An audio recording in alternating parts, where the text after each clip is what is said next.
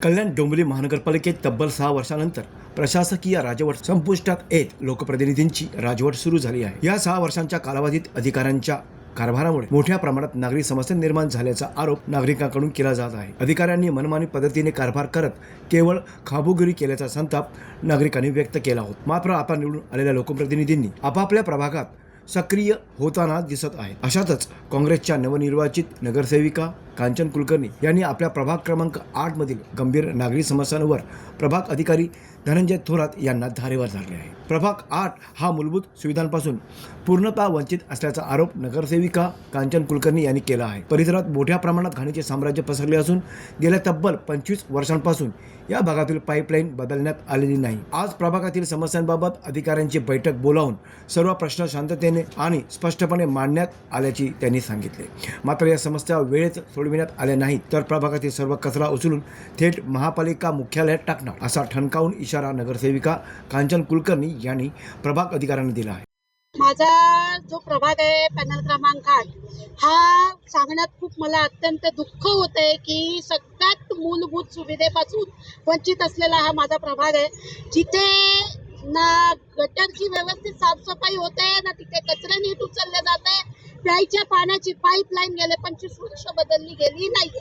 मी आज सर्वप्रथम आम्ही सगळ्यात आधी स्वच्छता मोहिमेकडे लक्ष देऊन सगळ्या अधिकाऱ्यांना बोलून घेतलंय आणि त्यांना सांगितलंय की येणार आहे आता एका 10 दिवसात रमजान महिना, त्या महिन्याच्या आधी जर एकही कोपऱ्याला मला कचरा दिसला तर आज प्रेमात तुम्हाला बोलवून कमी भाषेत सांगतेय, परत जर कचरा कुठे दिसला या 10 दिवसात पूर्णपणे माझा प्रभाग आम्हाला स्वच्छ हवाय। जर कचरा दिसला तर ते कचरा उचलणार आणि KDMCत नेऊन टाकणार। तुम्ही माझ्या मागेची गटर बघताय, काही लोकांनी इलेक्शन मध्ये काम करतोय असं दाखवण्यासाठी चांगला बनलेला स्लॅब तोडून टाकलाय आणि प्रायव्हेट लोक लावून तोडले। कुठल्याही महानगरपालिकेची परवानगी नसताना आपण महानगरपालिकेची मालमत्तेचं नुकसान असं जर करू शकतो तर मी सगळीकडे करते।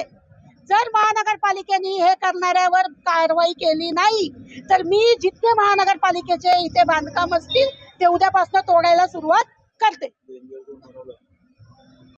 फस्कुलचा हा स्पॉट आहे, इथे वारंवार कचरा पडतोय।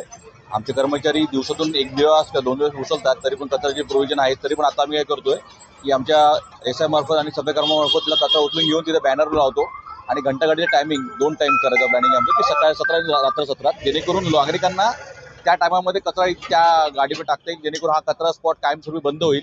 आणि तसंच ते गटर पाणी पण तुंबलेलं दिसतंय, ते पाणी पण त्याच्यानंतर कचरा साफसफाईपर्यंत पण काढून घेण्यात येईल। भिंत तोडण्यात आली, नेमकी काय ती तोडण्यात आली, कोणी तोडण्यात आली नाही त्याची मी माहिती घेतो।